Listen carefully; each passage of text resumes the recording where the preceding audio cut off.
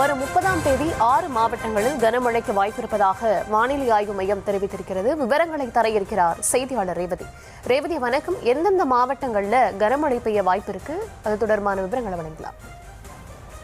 வணக்கம். ஏப்ரல் 30ஆம் தேதி பொறுத்தவரை கிருஷ்ணகிரி, தருமபுரி, சேலம், ஈரோடு, நீலகிரி, கோயம்புத்தூர் உள்ளிட்ட இந்த 6 மாவட்டங்களில் கனமழை பெய்வதற்கான வாய்ப்புகள் இருப்பதாக சென்னை வானிலை ஆய்வு மையம் தெரிவித்திருக்கிறது.